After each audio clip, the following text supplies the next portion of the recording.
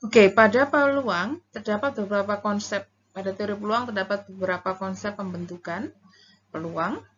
Yang pertama adalah pendekatan frekuensi relatif, di mana konsep ini sering kita pakai. Sebagai contoh di sini ketika kita ingin memprediksi peluang sukses dari pelemparan bebas suatu permainan basket, kita bisa melakukan tracing terhadap attempt yang sudah dilakukan oleh para pemain basket di suatu tim tertentu. Misalkan sudah ada catatan bahwa dari 100 kali lemparan bebas itu 80 diantaranya pasti masuk. Nah, di sini 80 diantaranya masuk. Nah, itu kan record ya. Jadi sudah kita ketahui 80 diantaranya masuk.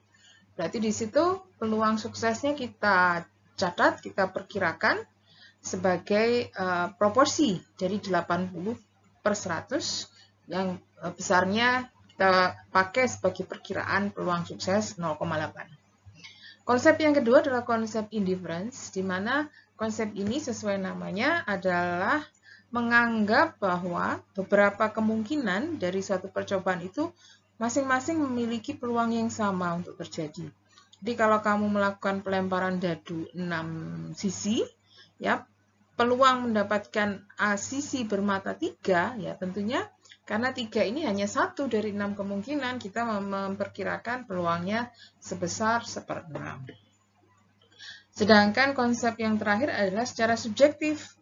Di sini agak susah, ya. Ini harus ada pemahaman latar belakang kasus, latar belakang ilmu yang mendasari fenomena tersebut. Misalkan peluang sore ini hujan, peluang harga saham naik. Nah, di sini orang harus paham, ya. Ini bisa jadi orang yang ahli ahli di bidang klimatologi, ya, dan cuaca, dia punya ilmu yang mendasari itu, bisa memperkirakan peluang hujan dengan lebih baik daripada orang awam. Ya, jadi orang memiliki pendapat yang berbeda-beda terhadap peluang misalkan sore ini hujan. Kalau saya nggak tahu, ya biasanya saya memperkirakan peluang hujannya hanya berdasarkan pengalaman. Kalau cuacanya seperti ini kemarin-kemarin, habis setelah itu pasti hujan. Nah, di situ saya bisa perkiraan, oh berarti hari ini kira-kira peluang hujannya lebih besar dari 50%, hampir 100%, atau hampir pasti sore ini hujan. Dan tidak ada, sebenarnya dasarnya bukan dari ilmu, tapi hanya dari pengalaman saja. Dan setiap orang pasti punya latar belakang pengetahuan dan pengalaman yang berbeda-beda di dalam penentuan peluang suatu fenomena. Misalkan peluang harga saham kayak gitu. Orang yang punya wawasan tentang finance, tentang pasar saham, ya pasti lebih baik dalam memperkirakan peluang kenaikan harga di sini. Kemudian untuk masuk ke teori Bayesian, saya ingin memperkenalkan terlebih atau membandingkan terlebih dahulu apa yang sudah kalian pahami kemarin, ya, maximum likelihood dengan Bayesian itu perbedaan utama ada di mana. Saya review kembali. Sewaktu di konsep maximum likelihood, parameter itu sifatnya sebagai variabel, ya, yang nanti dipakai di dalam fungsi likelihood yang akan dicari nilainya supaya fungsi likelihood ini memiliki nilai yang paling besar, yang paling maksimum, dengan record atau syarat nilai pengamatan, dengan syarat data. Ya, tapi dia perannya satu nilai variabel tertentu yang memaksimumkan fungsi likelihood. Jadi nanti hanya diperoleh satu nilai penduga parameter, ya.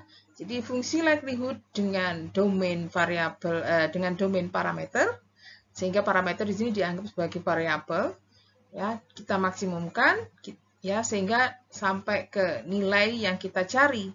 Ya, nilai parameter yang memaksimumkan fungsi likelihood inilah yang disebut sebagai nilai duga parameter.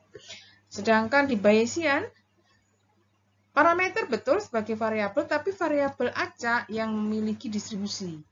Kalau ini tidak memiliki distribusi, sedangkan di Bayesian ada.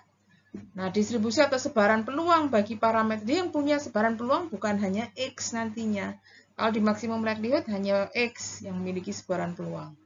Di Bayesian, parameter juga memiliki sebaran peluang yang namanya sebaran peluang prior. Ini yang dibentuk berdasarkan konsep subjektivitas tadi. Pengalaman, ya, berdasarkan pengalaman, berdasarkan pengetahuan tertentu yang bisa jadi setiap orang memiliki pendekatan yang berbeda dalam pemilihan peluang prior. Kemudian, nilai pengamatan sama seperti di sini, nilai pengamatan dalam sampel itu jadi konstanta yang nantinya kalau di sini konstanta itu dipakai di fungsi likelihood, di sini konstanta digunakan untuk membentuk peluang posterior, ya, mengupdate.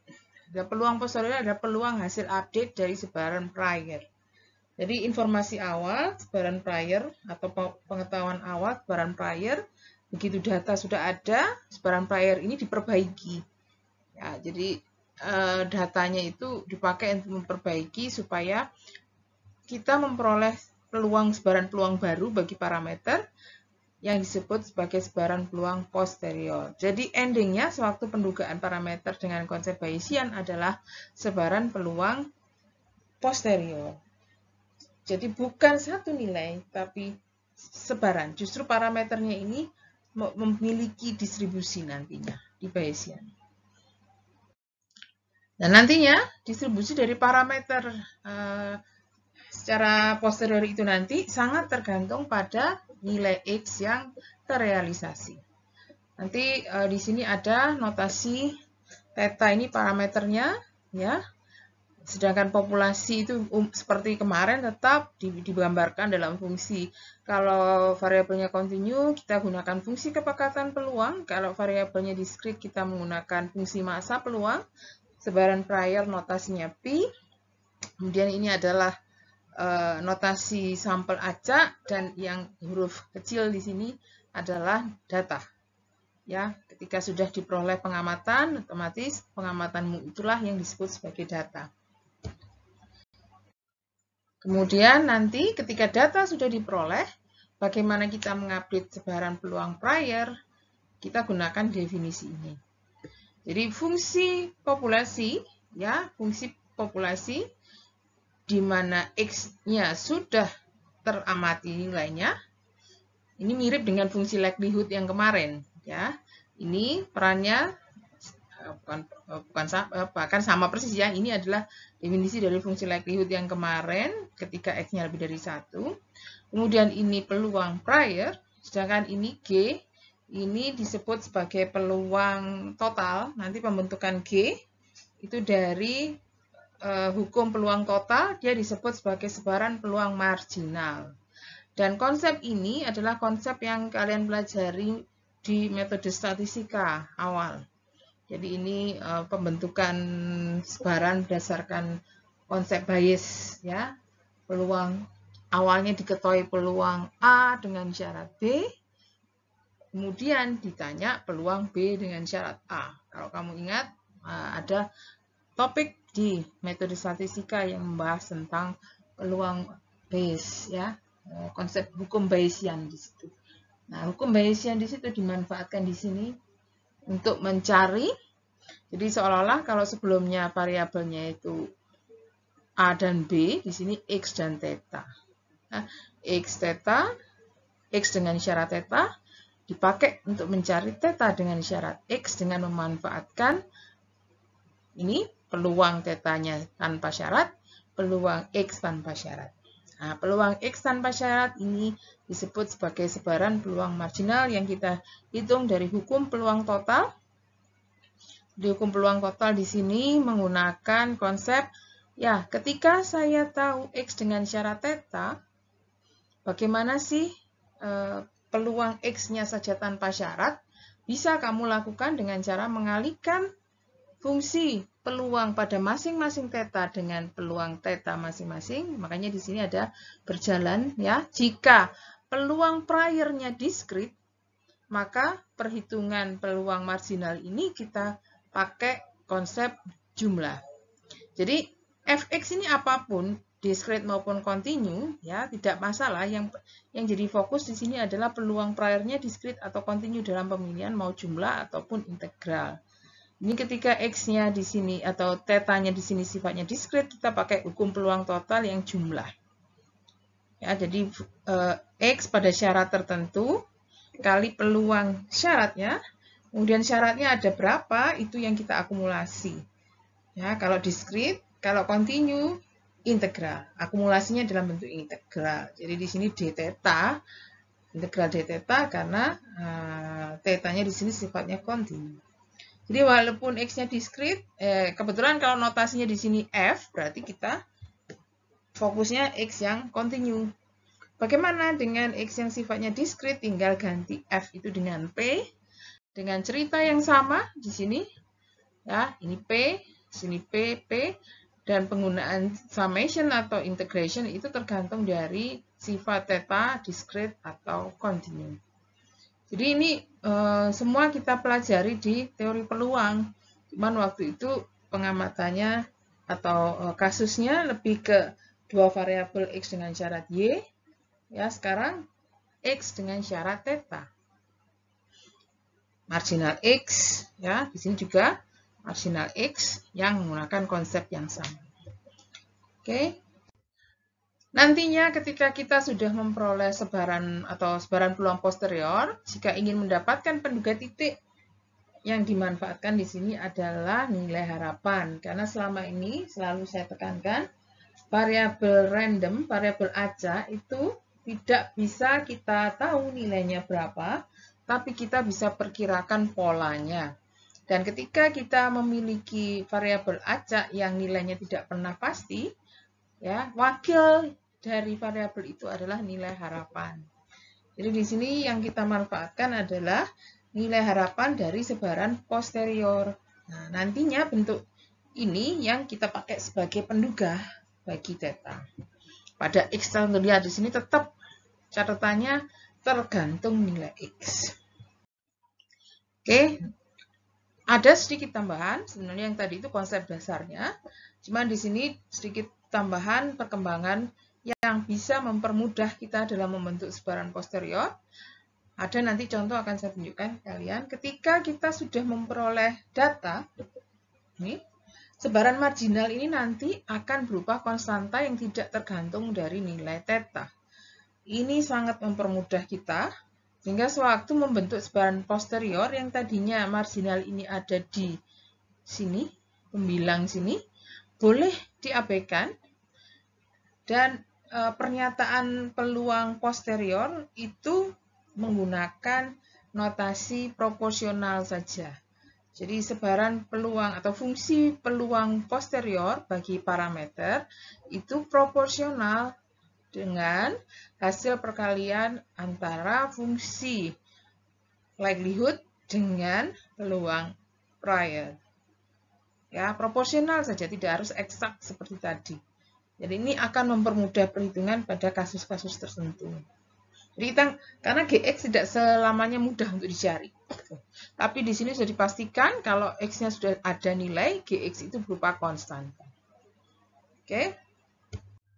Sekarang kita masuk ke contoh bagaimana pembentukan pendugaan parameter. Di sini contoh saya parameter yang kita cari adalah proporsi produk cacat dari suatu mesin. Jadi mesin itu memproduksi produk yang bisa cacat.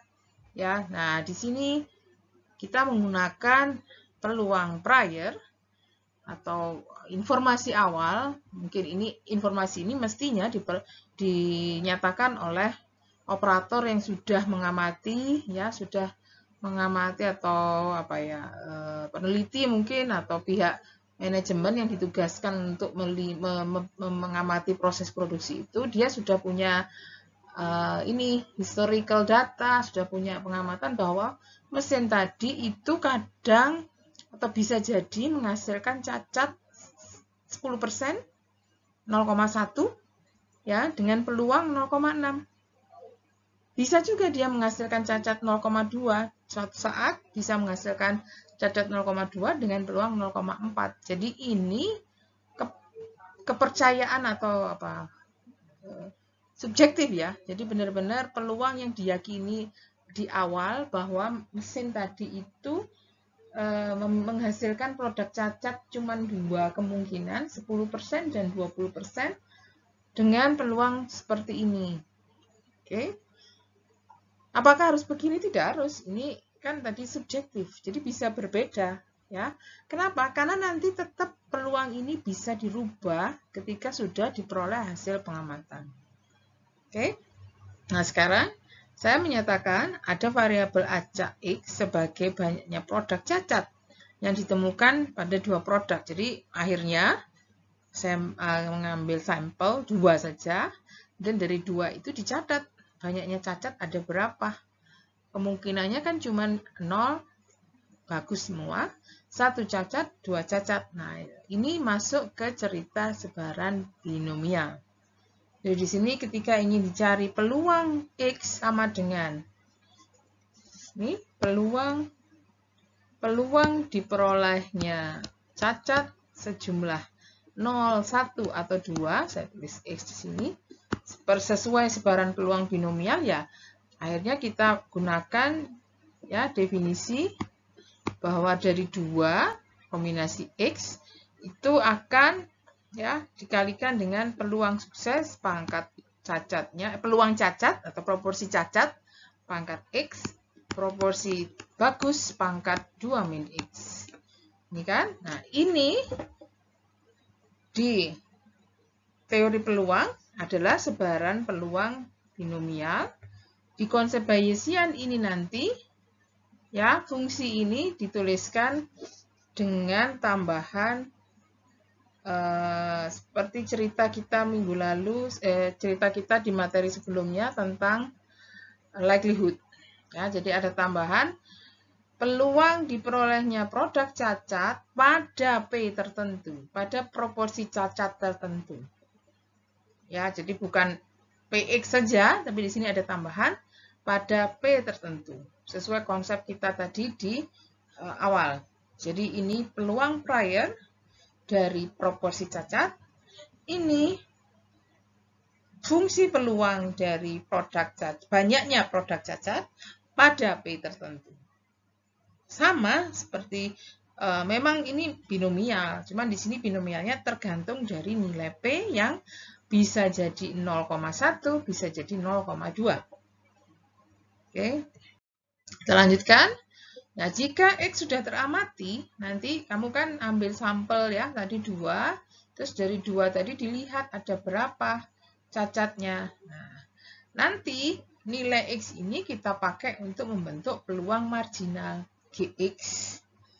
Oke, nah, peluang marginal GX tadi adalah hukum peluang, dihitung berdasarkan hukum peluang total, ya, yang karena X-nya diskrit, P-nya juga sementara dianggap diskrit, cuman ada 2 kemungkinan nilai. Tapi pada dasarnya peluang proporsi itu kan sebenarnya nggak diskrit ya. Proporsi itu bisa apapun antara 0 sampai 1. Tapi untuk sementara saya kenalkan dulu yang diskrit. Jadi yang dipakai di sini karena peluang priornya diskrit harus pakai sigma, harus pakai penjumlahan. Ya, karena X-nya juga diskrit, maka fungsinya bukan fungsi kepekatan, tapi fungsi massa, fungsi frekuensi.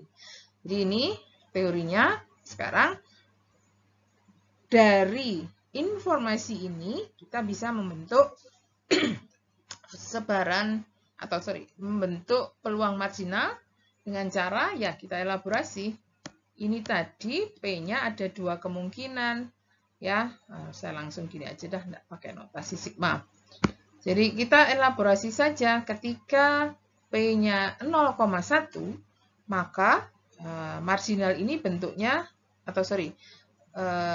fungsi marginal ini kan tersusun dari perkalian peluang X dengan syarat P dan peluang prior P pada P 0,1. Ya, saya tuliskan di sini binomialnya 2X, yang di P-nya 0,1 ya. 0,1 pangkat X, 0,9 pangkat 2 min X. Ini yang peluang yang depan. Dikalikan dengan pi pada proporsi 0,1. Berapa pi pada proporsi 0,1? Nilainya 0,6. Itu suku yang pertama. Nah, suku yang kedua itu rumus yang sama, kombinasi 2x, tapi kali ini kita gunakan P yang 0,2, yang ini.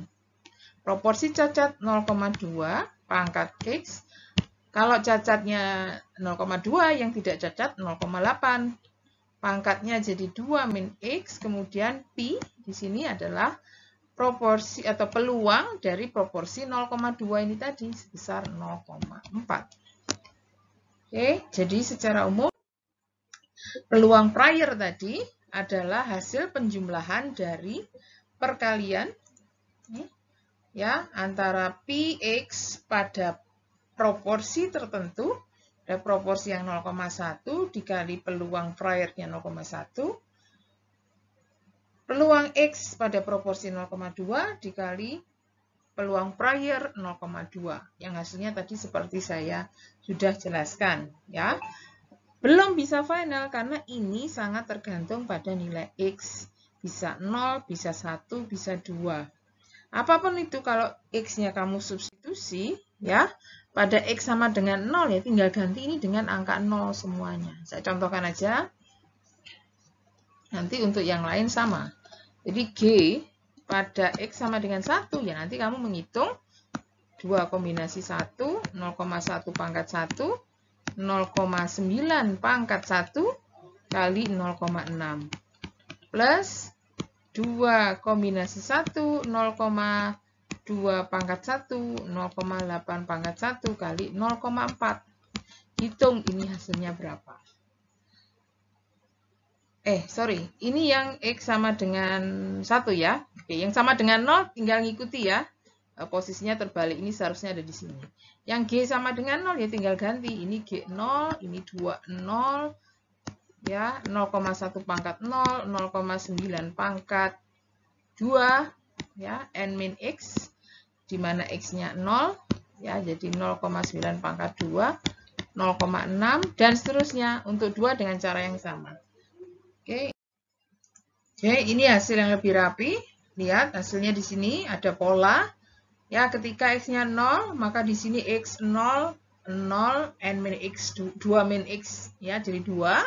Ini sama kan? 0, 0, 2 yang berbeda hanya proporsi cacat 0,1, 0,9, di sini 0,2, 0,8. Ya, hasilnya sekian.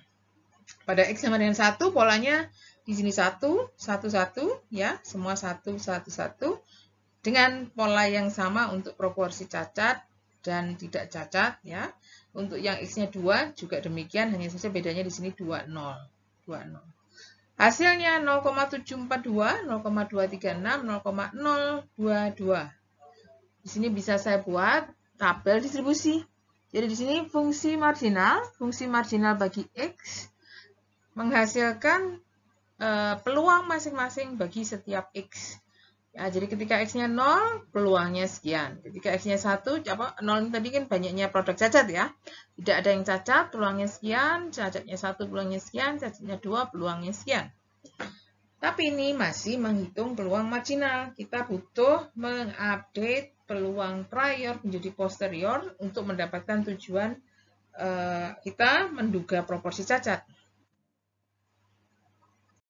Untuk itu, kita kembali ke definisi dari sebaran peluang prior, yaitu ya proporsi dari perkalian ini, peluang X dengan syarat P, ya, kali peluang prior dibagi peluang marginal, di mana peluang marginal ini tadi sudah kita dapatkan nilainya walaupun sangat tergantung dari nilai X.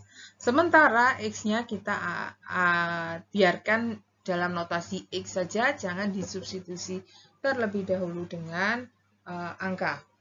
Sekarang fokus balik lagi ke P. Ya. Jadi di sini kita berusaha mencari sebaran peluang posterior. Ya, dengan dua kemungkinan tadi 0,1, 0,2 di priornya, nanti di posteriornya juga akan 0,1 dan 0,2. Cuman peluangnya ini akan berubah. Bagaimana perubahannya? Sekarang kita ikuti saja polanya di sini. Jadi ketika P-nya proporsi cacat 0,1, maka posterior ini bisa kita rubah menjadi ya, yang tadi binomial 2x dengan proporsi 0,1 pangkat x, 0,9 pangkat 2 min x, ya, kali peluang proporsi cacat 0,1, sini 0,6, dibagi gx. Gx-nya semua ini, sepanjang ini. Yang kita tahu tadi nilainya konstan semua kan, sebenarnya nilainya konstan pada x tertentu. Oke. Kemudian karena cuman ada dua nilai proporsi cacat 0,1 dan 0,2, maka peluang posterior dari keduanya jumlahnya kan 1, yang serupa dengan ini. Jadi peluang prior 0,6 dan 0,4 totalnya 1. Ya kenapa kok cuman itu? Ya karena cuman ada 2. Ya kenapa 1 ini jumlah? Karena cuman ada 2 proporsi cacat yang kita asumsikan, 0,1 dan 0,2. Peluang masing-masingnya kalau dijumlah 1. Posterior juga demikian.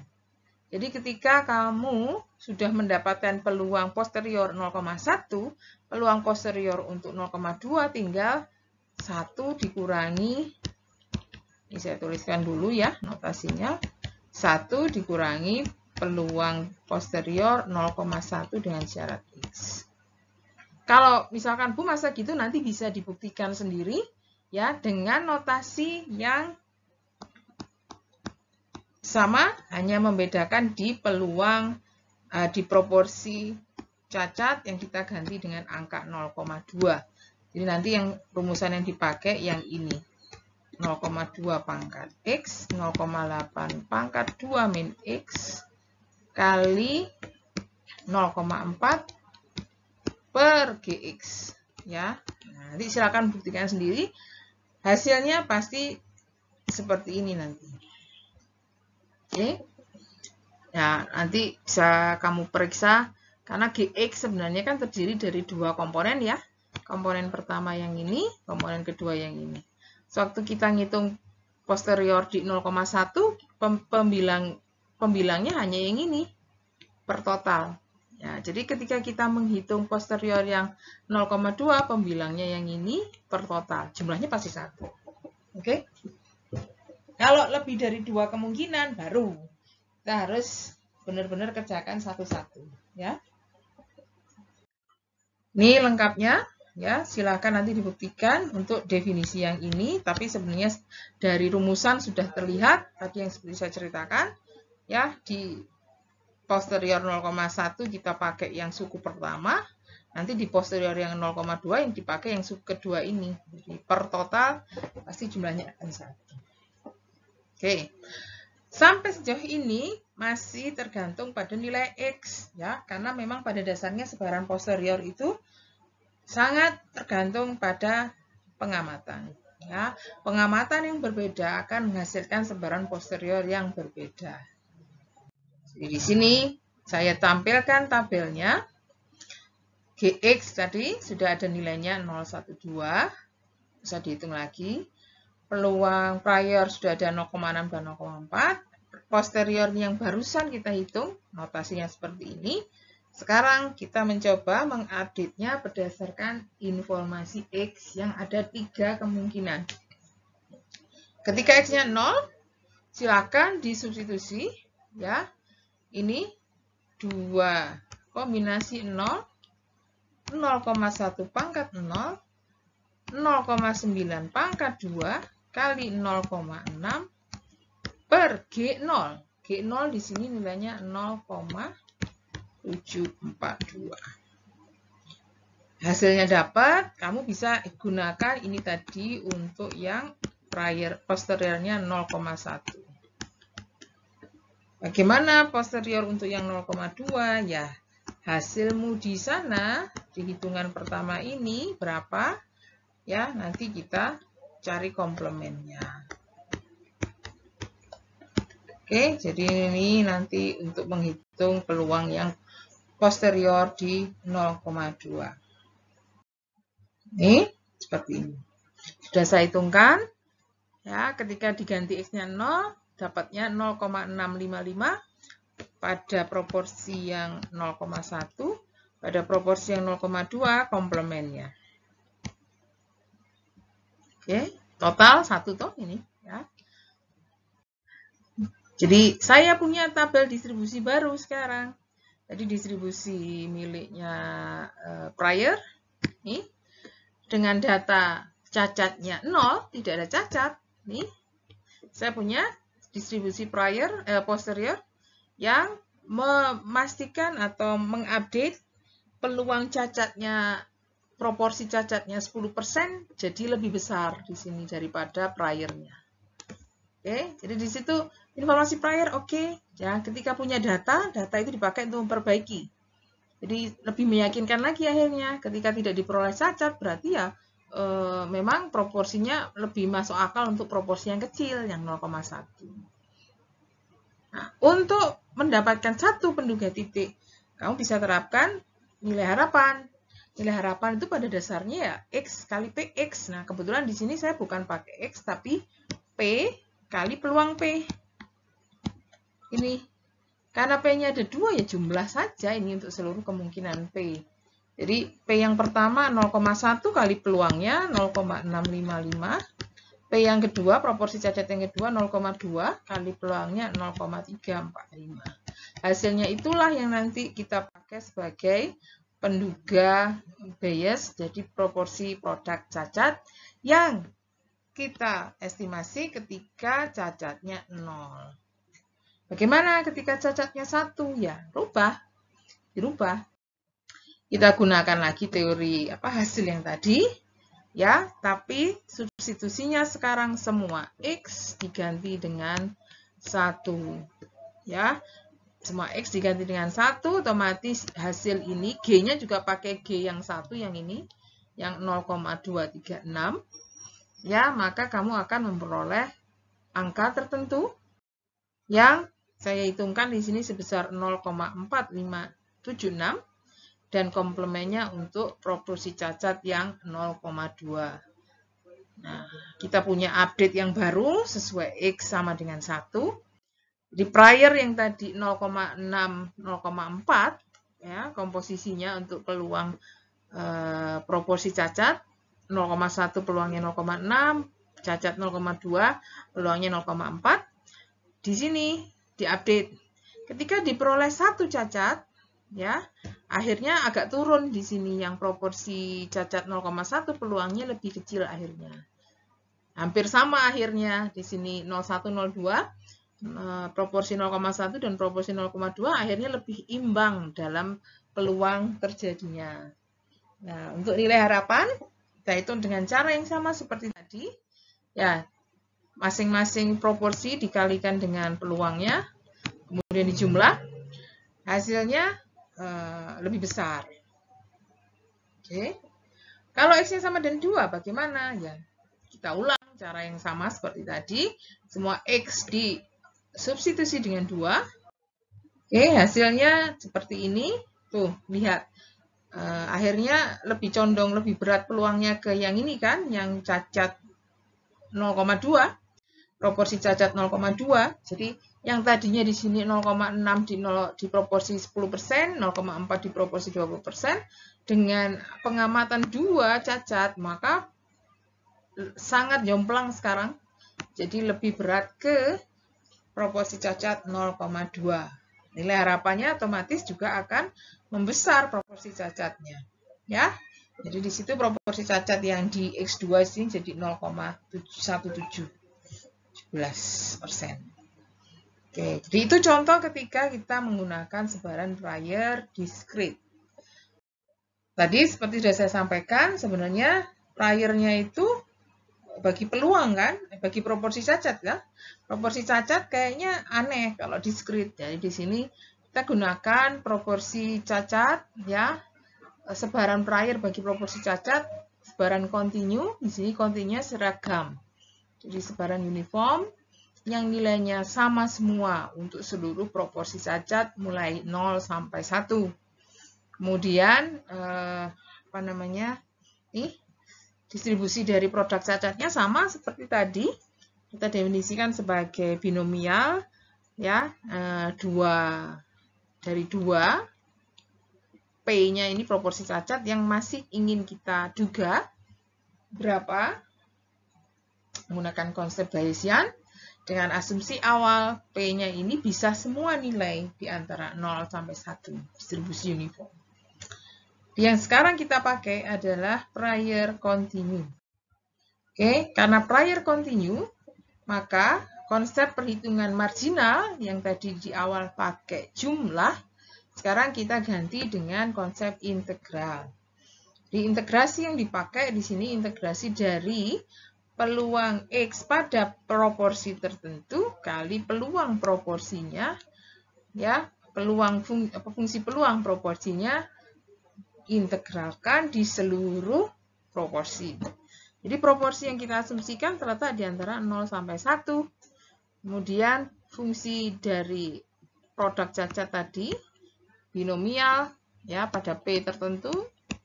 Ini 2 min X kali peluang proporsi yang namanya nilainya 1 untuk seluruh P. Hasilnya ya integral itu nanti bisa dicek nilainya juga tergantung dari X 0, 1, dan 2. Sangat tergantung pada nilai X-nya. Coba sekarang, ketika X-nya 0 seperti apa? Ketika X-nya 0, kombinasi ini 20, kombinasi 20, 1 ya nanti ya. Integral 01, P pangkat 0, 1 min P pangkat 2 dP. Biasa aja kan jadinya integral 01, 1 min P pangkat 2 dP. Silakan dicoba kerjakan. Ya, ini kira-kira integralnya bentuknya seperti ini. Oke, minus karena P-nya di sini minus. Min sepertiga karena dari pangkatnya ini 2, pangkatnya jadi konstanta di depan ini 1/3, ini asalnya dari 2/1. Ya, 1 min P pangkat 2/1. Substitusi batas hasilnya akan sepertiga. Pada X sama dengan 0 sama caranya. Ya, kamu masukkan saja substitusi X1 integral 01 P pangkat 1, 1 min P pangkat 1 dP. Ini bisa ini jadi 2. P min P kuadrat, ya integral ini seperti apa? Ya, biasa kan? Setengah P kuadrat min sepertiga P pangkat 3. Ini adalah hasil ketika kita mensubstitusi X sama dengan 1. Ya, setengah integralnya hasilnya 2 setengah P kuadrat min sepertiga P pangkat 3, substitusi dengan batas, maka hasilnya adalah sepertiga.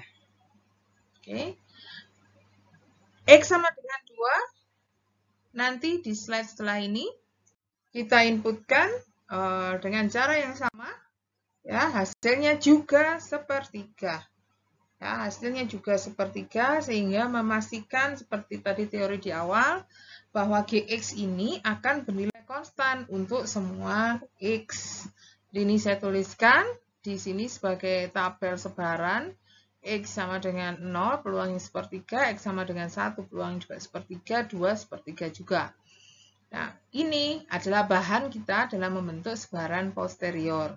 Di posterior, seperti tadi, ya peluang proporsi pada X tertentu ada rasio dari yang rumus binomial tadi, ya 2X P pangkat X 1 min P pangkat 2 min X kali peluang P dibagi GX, di mana GX kita semuanya sepertiga di sini.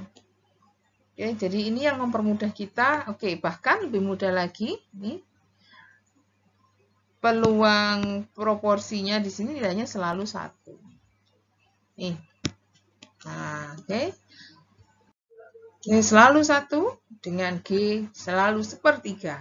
Ya, jadi nggak usah yang tergantung dari X-nya, sekarang tinggal yang pembilangnya saja. Penyebutnya pasti nilainya sepertiga. Dan itu sudah saya sederhanakan, tiganya jadi pengali di atas ini. Oke. Untuk menentukan peluang posterior sekarang tergantung dari X-nya. Oke, tergantung dari X-nya. Tapi bisa juga di sini saya mencoba mengarahkan bentuk dari peluang posterior ini ke dalam bentuk sebaran peluang yang sudah ada. Yang paling mirip adalah miliknya sebaran beta. Sebaran peluang beta. Seperti apa? Bisa kamu cross-check di buku teori peluang. Jika Y itu berdistribusi beta, ya, dengan parameter alfa dan beta, ada dua parameter di situ. Ini bentuknya seperti ini. Jadi ada di sini konstanta yang melibatkan parameter alfa dan beta, yang atas alfa plus beta min 1 faktorial, yang bawah alfa min 1 faktorial kali beta min 1 faktorial. Variabel Y di sini pangkat alfa min 1, variabel 1 min Y pangkat beta min 1. Nilai Y-nya terletak di antara 0 dan 1. Ya, 0 sampai dengan 1. Ini nilai harapan dan ragamnya. Nah, sekarang coba padankan fungsi ini dengan peluang posterior. Tapi fokusnya sekarang, Y yang ada di sini, padanannya adalah P. Ya, Y di sini P. Saya fokusnya tidak melihat yang konstanta ini dulu, tapi melihat ke pola yang ini. Jadi di sini Y, di sini P. Di sini 1 min Y, di sini 1 min P. Itu yang saya pegang. Dan Y-nya terletak di antara 0 sampai 1, di sini P terletak 0 sampai 1. Nah, setelah itu, baru saya lihat. Kalau begitu, misalkan saya sudah pastikan ini P pangkat X, 1 min P pangkat 2 min X ini kira-kira menyebar secara beta, saya harus tentukan parameternya. Parameter alfanya yang mana kalau gitu? Nah, sesuai padanannya tadi, Y di sini adalah P di sini, pangkat alfa min 1 adalah pangkat X di sini. Pangkat beta min 1 adalah 2 min X. Jadi saya bisa menyetarakan sekarang, berarti pada bentuk itu alfa min 1 yang dimaksud di bentuk posterior itu X. Atau dengan kata lain, alfa saya adalah X plus 1. Parameter alfa untuk posterior harusnya X plus 1. Parameter beta min 1 atau pangkat beta min 1 di sini setara dengan 2 min X. Berarti di sini parameter beta miliknya posterior itu berhubungan dengan 3 min X. Jadi 1 sama 2-nya ini, satunya ke kanan jadi 3 min X. Oke. Jadi saya bisa menyatakan, atau sementara saya bisa menyatakan bahwa peluang posteriornya itu beta dengan parameter X plus 1, 3 min X. Alfanya X plus 1, betanya 3 min X. Tapi saya harus cross-check dulu, konstantanya benar atau tidak. Konstanta yang ini, apakah sama dengan konstanta yang ini? Ya, kalau benar, ya sudah, berarti betul. Ini asumsi saya tadi. Oke, pemeriksaannya, ya biasa, kita cek saja dengan alfa begitu, beta seperti itu. Coba saya pastikan untuk yang pembilang alfa plus beta min 1 itu apakah benar sama dengan 3. Ya, alfanya X plus 1, betanya plus 3 min X dikurangi 1 karena ada di sini ya satunya. Hasilnya betul, ini 1 min 1 habis. X dan minus X habis tinggal 3. Oke, jadi betul alfa plus beta min 1 itu sama dengan 3. Ada faktorial, di sini juga ada faktorial. Penyebut sekarang. Ada X faktorial, itu yang mana padanannya? Atau saya cek dulu dah. Ini alfa min 1, nilai saya di situ adalah X plus 1 min 1, betul X, jadi ini setara dengan yang ini. Sedangkan beta min 1 di punya saya, di posterior betanya 3 min X dikurangi 1 lagi, nilainya 2 min X, ini akan setara ya di posterior. Jadi beta min 1 setara dengan 2 min X pada posterior. Jadi sudah bisa dipastikan benar bahwa memang posterior dari proporsi cacat di sini adalah sebaran peluang beta dengan parameter X plus 1 dan 3 min X. Yang juga tergantung dari X-nya seperti tadi, tapi sudah sangat sederhana. Ketika X-nya sama dengan 0, kamu bisa ganti. X0 di sini menjadi 0 per 1, parameter alfanya sama dengan 1, parameter betanya sama dengan 3. Ya, yang bisa kamu pakai itu menghitung nilai harapan. Sini nilai harapan tergantung dari alfa dan beta. Ketika alfanya 1, betanya 3, maka nilai harapan proporsi cacatnya tadi adalah 1/4. Pada X0 ini ya. Ragamnya silahkan kalau mau hitung sekalian. Jadi ketika teramati X sama dengan 0, proporsi cacat diprediksi sama dengan 1/4 atau 25%. Oke. Bagaimana ketika diamati X sama dengan 1? Nah, parameter distribusi betanya berubah menjadi 2,2. Dari ini 1 plus 1, 3 min 1. Ya, proporsi cacatnya akhirnya bertambah, diprediksi lebih tinggi. Ya, karena nilai harapan di sini alfa per alfa plus beta jadinya 2 per 2 plus 2, ya, 2/4,5. Untuk X sama dengan 2, lebih besar lagi. Ya, dengan cara yang sama, lebih besar lagi menjadi hasilnya 3/4. Oke, jadi seperti itu.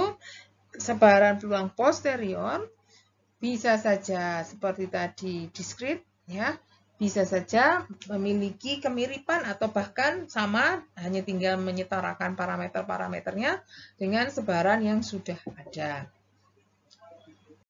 Ini contoh saya yang ketiga adalah pemanfaatan sifat yang tadi proporsional itu ya. Jadi pembentukan sebaran posterior yang menggunakan peluang marginal GX tadi. Di dua contoh saya sudah saya tunjukkan bahwa semua GX itu sifatnya konstan. Yang kadang ya ketika kita memiliki bentuk peluang tertentu bisa jadi GX itu secara analitik agak susah kita hitung. Ya, jadi bisa kita anggap tidak perlu kita hitung secara langsung hasilnya. Karena peluang posterior kita anggap sebagai proporsional saja terhadap pembilangnya, tidak perlu ada penyebut GX. Di sini contoh saya adalah pengamatan sampel X1 sampai Xn yang berdistribusi Poisson. Ini adalah sebaran Poisson atau fungsi massa peluang bagi sebaran Poisson pada P tertentu, lambda ya, pada lambda tertentu, parameternya lambda. Seperti biasa ini yang sudah kalian kenal. Kemudian diasumsikan bahwa sebaran priornya sekarang adalah eksponensial dengan nilai harapan 1. Nah, sekarang yang eksponensial ini bukan lagi X-nya, tapi parameter lambda. Ya, jadi silakan dicek lagi. Ya, kalau pakai X, kalau kita fokus pada variabel X eksponensial lambda, fungsi kepekatan peluangnya itu lambda E pangkat min lambda X dengan X positif. Nah, sekarang notasinya bukan F, tapi kita pakai P. Parameter yang tadi lambda itu sekarang ganti, ya. Kita pakai sebagai variabelnya, lambdanya 1. Ya, yang di sini 1 langsung. Jadi langsung E pangkat min lambda. Atau apa namanya ya? Jangan rancu lah, pokoknya jangan rancu. Jadi sekarang variabel yang tadinya variabel bernama X, parameter bernama lambda, itu sudah kita shift semua, sudah kita ganti semua. Parameter X-nya berganti lambda, lambdanya sudah diganti angka 1. Oke, jadinya fungsinya seperti ini. X-nya berganti lambda, lambda berganti 1.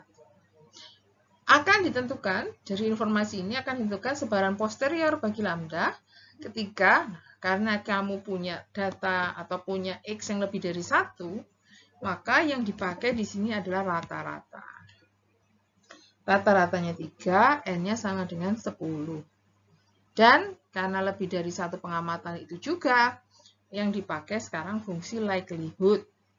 Di likelihood yang kemarin kalian pelajari, ya, yang perkalian dari I sama dengan 1 sampai N dari peluang masing-masing. Nih. Jadi perkalian dari I sama dengan 1 sampai N, E pangkat min lambda, lambda pangkat XI per XI faktorial. Ini yang dipakai untuk pembentukan sebaran posterior. Oke. Nah, PX pada lambda tertentu sudah tidak lagi 1 saja, tapi di sini berupa vektor yang mengarah ke likelihood. Teorinya sekarang bagaimana mencari posterior tadi. Nggak perlu kita skip saja pembentukan fungsi marginal ini karena ini X-nya lebih dari 1, jelas pembentukannya agak repot ya, kompleks. Kita langsung pakai teori yang ini, proporsional. Jadi ketika data yang sudah diperoleh, Gx sudah bisa dipastikan konstanta, jadi hubungan yang kita pakai adalah hubungan bahwa sebaran posterior bagi lambda itu proporsional dengan hasil perkalian antara fungsi likelihood dengan prior. Oke, fungsi likelihood ini, priornya ini, kamu kalikan saja. Kita kalikan ya dalam bentuk seperti ini. Hasil perkaliannya nanti kita sederhanakan. Oke. Coba, ini berarti ini dulu yang saya kerjakan ya, hasil perkalian di situ E pangkat min lambda dikalikan sampai N kali. Jadinya di sini E pangkat N kali lambda karena ada N suku tadi. Karena hasil perkalian yang sebanyak N di sini akan menjadi E pangkat N lambda. Kemudian lambda X1 kali lambda X2 kali lambda X3 dan seterusnya. Jadi lambdanya sama, tapi perkalian ini X1, X2, X3 dan seterusnya itu menjadi jumlah. Oke, dan E pangkat min lambda ini di belakang, saya bereskan dulu yang faktorialnya ini juga tidak bisa disederhanakan, bentuknya menjadi seperti ini. Nah, dari situ bisa kalian amati bahwa E pangkat min lambda nanti akan mengikuti, bisa kita sederhanakan. Kalau yang tadinya hanya sebanyak min N, lambda, di sini ada tambahan ini. Jadi bisa digabung ya menjadi E pangkat min N plus 1. Ya, jadi digabung pangkatnya dan suku yang bawah ini konstan. Ya. Jadi bentuk proporsionalnya ini sudah saya sederhanakan. Ini. Pangkat E-nya bertambah N plus 1. Ini konstan. Jadi konstantanya itu sekarang bisa diabaikan juga. Karena konsepnya adalah proporsional. Jadi fokusnya lebih ke yang masih memuat lambda. Ya, sedangkan yang ini konstanta tanpa lambda boleh diabaikan sementara. Oke. Bentuk terakhir ini adalah bentuk paling sederhana dari proporsionalitas sebaran posterior.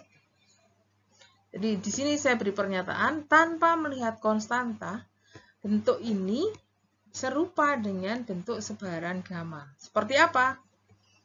Ini saya cekkan ya, gamma itu bentuknya sama dengan yang tadi contoh saya yang di binomial tadi. Gamma di sini memiliki dua parameter alfa dan beta juga. Jadi bentuknya di sini adalah Y pangkat alfa min 1 dan seterusnya itu. Ada parameter bawah ini ada penyebut ya bentuknya fungsi gamma. Fungsi gamma kalau kamu ingat gamma alfa itu ngitungnya alfa min 1 faktorial. Oke. Nah, sekarang saya ingin menyocokkan bentuk proporsional dari sebaran posterior tadi dengan miliknya fungsi miliknya di sebaran gamma. Sekarang fokusnya balik ya, sama seperti tadi. Kalau ini variabel Y, di sini variabelnya lambda, X konstan. X anggap sebagai konstan. Sekarang saya cari ya, Y di sini akan setara dengan lambda di sini. Selalu Y dengan lambda. Oke, di sini ada E pangkat, di sini juga ada E pangkat. Berarti kan setara. Bagaimana dengan beta pangkat alfa? Itu kan konstan, nanti bisa kita ciptakan. Jadi sekali lagi, cari dulu. Bentar saya tandai. Mana yang setara dengan Y posisinya? Di sini Y, di sini lambda. Di sini Y, di sini lambda.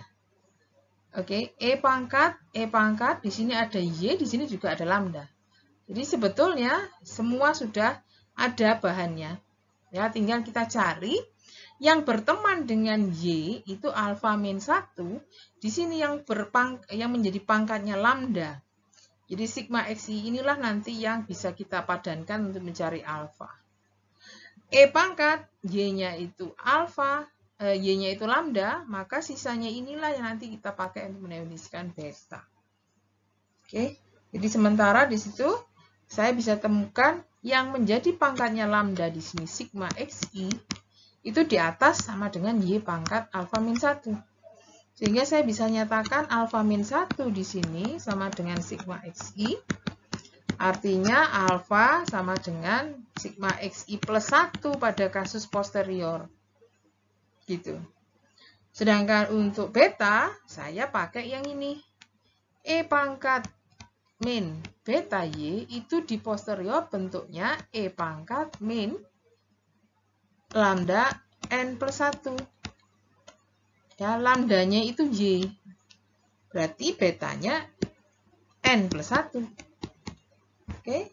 Nah, di situ kita bisa peroleh bahwa bentuk yang ada di posterior itu adalah gamma yang memiliki parameter-parameter hasil modifikasi kita tadi, ya, yang bisa dinyatakan sebagai alfa berbentuk X sigma X plus 1, beta berbentuk N plus 1.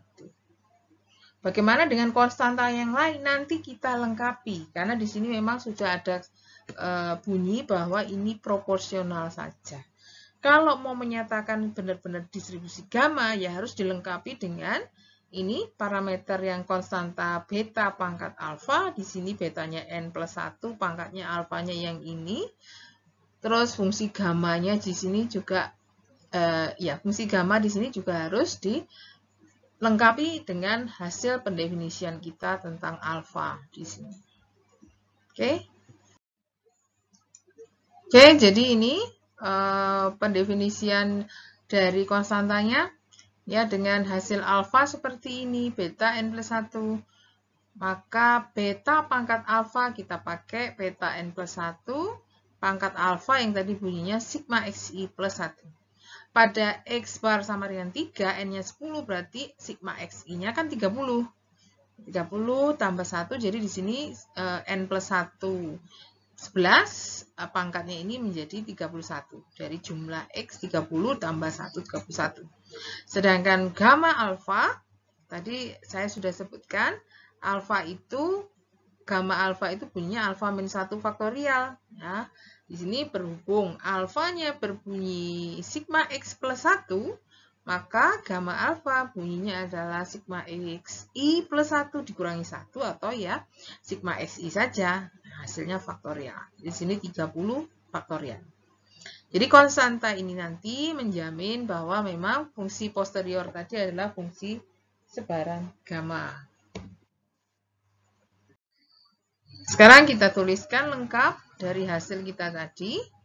Ya, jadi ini adalah bentuk sebaran posterior yang kita sudah lengkapi dengan konstanta agar berbentuk sebaran gamma. Jadi di sini yang tadi ini Y pangkat alfa min 1. Di sini bentuknya alfa pangkat ini. Nah, lambda pangkat sigma xi. E pangkat min beta Y, di sini pangkatnya bunyinya pangkat E pangkat min N plus 1 lambda. Konstanta beta pangkat alfa, ini bunyinya. Sedangkan yang bawah, fungsi gamanya seperti ini, ya, adalah bentuk yang lengkap untuk menyatakan bahwa ini fungsi gamma. Yang kita pakai sederhananya adalah bentuk yang ini. Ya, yang paling daripada nuliskan panjang, boleh kalian hanya menyebutkan bentuknya secara parameter saja, bahwa sebaran posterior lambda pada X tertentu adalah gamma dengan parameter alfanya sigma XI tambah 1, parameter betanya N plus 1. Yang bisa kalian hitung ya ketika X bar sama dengan 3, sigma X itu 30, maka di sini jadi 31, N plus 1 di N 10, N plus 1 ini sama dengan 11. Kalau X barnya sama dengan 3. Kalau X barnya beda ya beda lagi toh, ini komposisinya. Ya, nah, untuk melengkapi kita bisa menggunakan sifat nilai harapan dari sebaran gamma itu alfa per beta. Jika alfanya 31, betanya 11, maka penduga bagi lambda ya mengikuti sifat ini. Ya, saya hitung di sini 2,82. Variansnya juga silahkan bisa dihitung. Oke. Nah, seperti itu untuk pemanfaatan sifat proporsional dari sebaran posterior. Oke, jadi secara umum memang wawasan kita tentang teori peluang di sini sangat ditantang ya untuk Bayesian. Oke, jadi kalian pahami dulu apa yang saya jelaskan ini. Jika ada pertanyaan nanti kita bahas waktu sesi diskusi. Saya akhiri, kurang lebihnya mohon maaf. Assalamualaikum warahmatullahi wabarakatuh.